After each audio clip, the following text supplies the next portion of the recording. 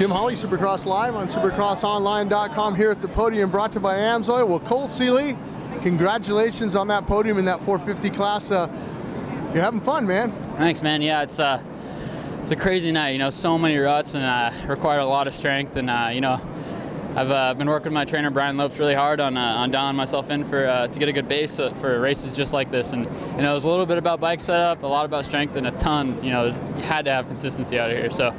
You know, line choice was huge, and just putting together laps was tough because you get into a groove with your good lines, and then they get too deep 3 or 4 laps later. You have to switch them up. So it's definitely a tough night of racing. I got to commend you. I thought you rode a smart race, and especially lap 15. You're only used to going 15 laps.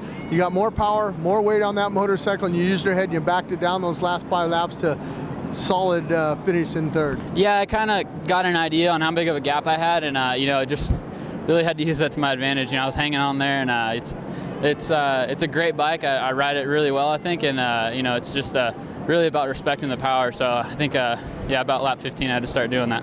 It's got to help you for negotiating for next year when you get on a 450. I mean, you're opening up some eyes. Yeah, for sure. You know, I want to get in a good team next year and really train for you know, Supercross titles, and you know, I got the Supercross lights one right in my fingertips. So hopefully we can hang on to that and you know, get a good ride for next year. And I just got to thank the Muscle Milk team for you know, or the Muscle Milk Factory Honda team for letting me do this. This is a huge opportunity and just a good break for me to showcase my talent.